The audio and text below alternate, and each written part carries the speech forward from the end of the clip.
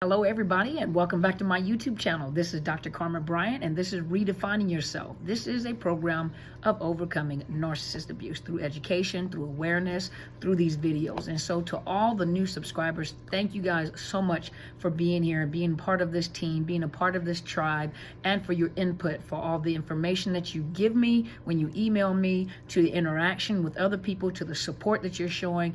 New subscribers, thank you for joining me. Thank you for finding something valuable that I have to say that'll help you in your situation, give you awareness, or even help other people. Thank you for sharing these videos too, because you never know who's in a situation like this. You never know who's suffering silently and is ashamed and believe that no one believes them when they tell what is happening to them in their relationship.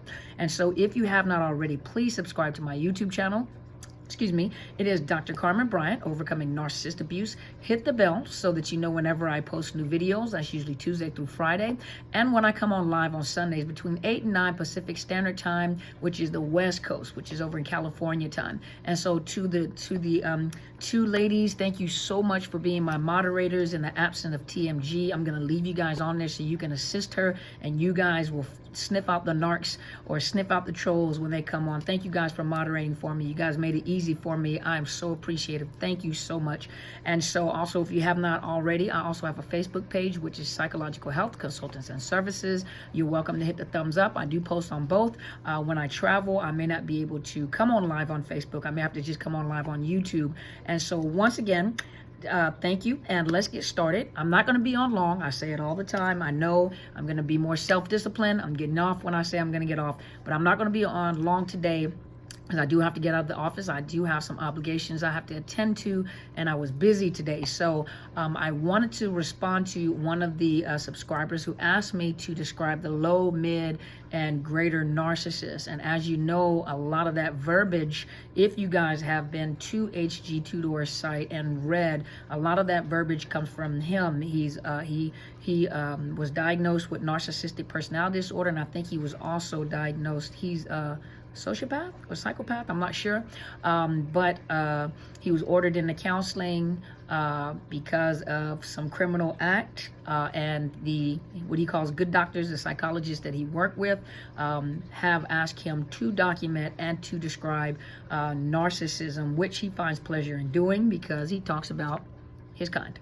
And so that is a verbiage language that he uses, and so to kind of use our language to describe what the low functioning, mid functioning, and high functioning, or what they would consider, or he would consider, a greater narcissist. And for those of you that get triggered very easily, do know that when you listen to him, his voice can be very hypnotic. And so he is a narcissist. You can tell he's a narcissist. You can feel the energy. And a lot of you said that you can't listen to him because it triggers you. So even if you do listen to him, my advice to you is not to constantly listen to him. You know, if you listen to him, give yourself a break and go to something else. Don't do like some people, binge watch or binge listen to him, because you will be triggered.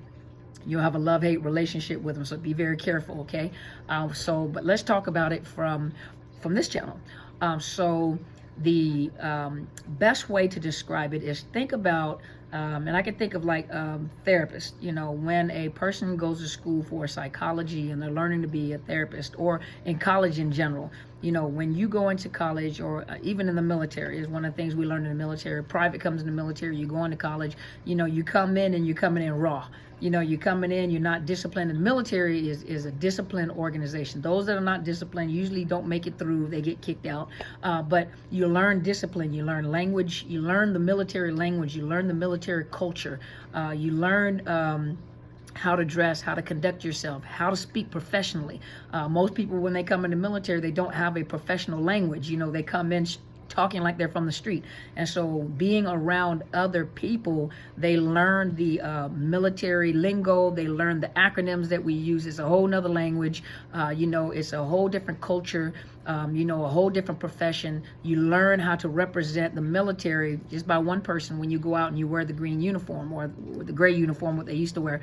But you learn the language. You integrate into the military and you learn to become a professional. You learn the language, you learn your job skill, you learn leadership. So you grow from coming off the street, speaking, you know, the street language, to learning how to articulate, learning how to write, learning professionalism, until you become senior ranking. You know, if you go through the military as a career, you become senior ranking, and a lot of people won't recognize you from the time that you were private, or most of the time it's on the enlisted side, private up to command sergeant major or sergeant major of the Army. Very articulate, very disciplined individuals, healthy. Well, not all of them healthy, but the discipline, the physical discipline, emotional discipline, because you're learning how to be a fighter in wartime. So you're also having to learn how to regulate your emotions. The military is a very high stressful job, so you can't just pop off at the mouth. You can't just fight everybody that comes in, but you have to learn how to contain yourself. You have to learn self-discipline in food and sleep and education and conversation. You have to learn how to manage your emotions without being angry all the time, because you're in a high stress job. And you have to learn how to conduct yourself when you're around politicians, around general officers. You have to know how to conduct yourself, as a professional. So with that in mind, let's think about the narcissist for just a minute. So here you have a low functioning or low grade narcissist. These narcissists lack self-control. They lack self-discipline. These are the ones, and this is off of Out of the Fog website. And let's look. Let me look at something real quick. These are articles. Who's the author? Let's look.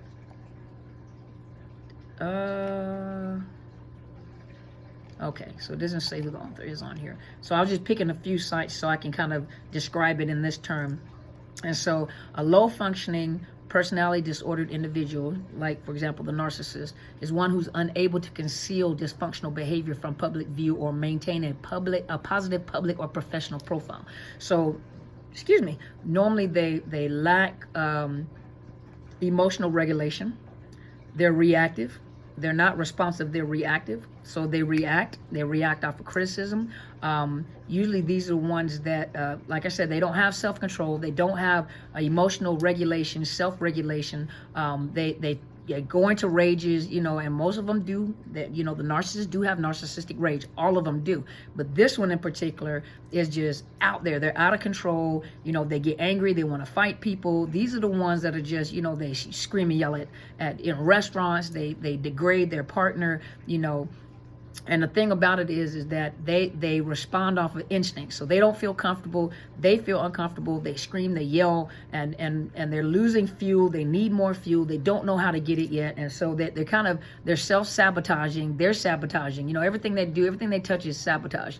The thing about these low functioning or low grade narcissists is that they're not strategic in what they're doing. It's just like when I was talking about, remember the Pavlov theory of the salivating dog. They're experimenting, and so they're doing certain things, but they're noticing people are reacting. If I do this, you're going to react like this. Oh my gosh, wait a minute, so I did this and you responded like this. And so they're doing things, but they're noticing how people react, and so they don't really know how to get back and do what they're doing. And so they're getting with different supplies, and all they know is if I scream really loud, it'll make you cower, or if I scream really loud, I get what I want, or if I fly into a rage and knock stuff off you, I can scare people, I can get you off of me. So they're doing things, and they're watching people's responses and the reactions. So they're not calculated yet. They're just doing stuff to do stuff. They're doing stuff to get reactions. These are the ones, I'm telling you, these are the ones they're so unprofessional, they're loud, they get fired from the job. Some of them don't maintain employment very long. They may get arrested. These are the ones that will fight you. They become batterers, they get arrested, into drugs and alcohol. Not all of them, but into drugs and alcohol. But these are the ones that are batterers. These are the ones that will beat. These are the ones that you will see, like a lot of the domestic violence. They just go all out. They don't just beat you up. These are the ones that are just totally destroy you, wreck your car, just do crazy stuff. It's just obvious and out there. Now, as you move back up the spectrum, not back up, but up the spectrum, now you have more of the mid-range or the mid-functioning narcissists. These are the ones that are now noticing that, I noticed as I go from supply, number one, they're picking up certain traits from people to determine how they're supposed to function. Remember the military? You're around leadership, you're starting to notice how people are acting, how they're talking. So now they're adapting certain languages. They're starting to look around, and they're noticing certain languages and a certain group of people. And, they still are reactive. So they still operate out of instinct. They're still reactive, but not as powerful or as belligerent as the lower functioning narcissist. But they're starting to notice that, I notice, it's just like in psychological testing, psychiatric, when they do lab work, the scientists, you give the mouse this and they'll do this, you give the bird this, you give the monkey this, so certain things, now they're starting to put two and two together, start watch people like, oh, when I do this, you're doing this. Oh, so if I want this, I have to do this. Oh, so when I appear, so they're starting to look at people like, oh, if I dress like this, I'll get attention. Oh, if I talk like this, I get attention from this group of people. Oh, if I do this, and they're starting to pick up, they're starting to become more calculative, okay, they're still reactive, but they're becoming more calculative. They're beginning to watch and see how people respond to them. How am I supposed to dress? How am I supposed to talk? So now you move up the spectrum to the greater narcissists. The greater narcissists are where you find a lot of the malignant narcissists. And remember, we talked about this before. The malignant narcissist is the one where the original term psychopath and sociopath, these are the ones that are very calculative. These are the most dangerous type of narcissists because they have learned to, they still deal with rage. They're still the narcissists, as we know, but they have learned to calm themselves down. They've learned to regulate their emotions. They've learned to regulate their responses, and they're calculative. Even though they may be somatic or cerebral, everything that they do is calculated. That's why these narcissists, these higher narcissists, the more higher functioning, they're still narcissists. These are the ones that will watch you on programs like this or watch people for months and months and months and months and months. And in their mind, everything that they do is deliberate, thought out, weighed out. And if I approach this person this way and they respond this way, then I need to respond this way. It's almost like in the military, when you're learning strategic movement. In the military, we practice, when we go to the field, we practice strategic movement through enemy ground or whatever, but you learn to strategically move and use people to move yourself around strategically and silently so that you're not detected. That's why when they go to the field, they teach them light discipline. So when they're smoking a cigarette, they used to teach, let me grab a pen. So light discipline, we were taught that when we smoke a cigarette, the end of the cigarette is lit, you cover your cigarette like this and you smoke like this so that the heat is not sensed on NVGs or night vision goggles. So you smoke cigarettes like this. You learn how to smoke a cigarette when the wind is going a certain direction. If the enemy's in this direction, you smoke in this direction where the wind is going. You learn how to refocus your eyes at night when you're in the woods. They have the little band that goes around the Kevlar and has the cat eyes in the back, and you have to sit for 20 minutes to readjust your eyes until the nighttime so you can see the two cat eyes in the back of the helmets. You're readjusting yourself, and everything, all movement is very calculated. It is planned out. If the enemy comes this way, this is how, and it's planned, it's worked out, it's practiced. So the enemy comes this way, this is what we do, and this is what the training consisted of. Moving into enemy ground, learning how to respond, how to react, and that's what the training in the military is. Constantly training, so that you have a plan and you're able to respond and not react. Everything is responding and not reacting, and thinking before acting. Well, narcissists, the greater or the higher narcissists, everything they do from people have trained them. The more supply that they've gotten, the more people have trained them how to conduct themselves. These are the ones that you'll find. Let me find this one. These are the ones, let me find it. Where is it at?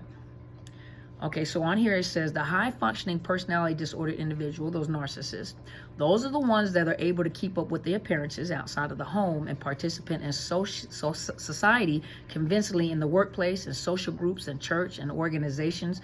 These narcissists blend in with society and are hard to detect. Everything that they do is calculated. The pain that they inflict is calculated to get what they want. They understand what they are and what they're doing and why they're doing what they're doing.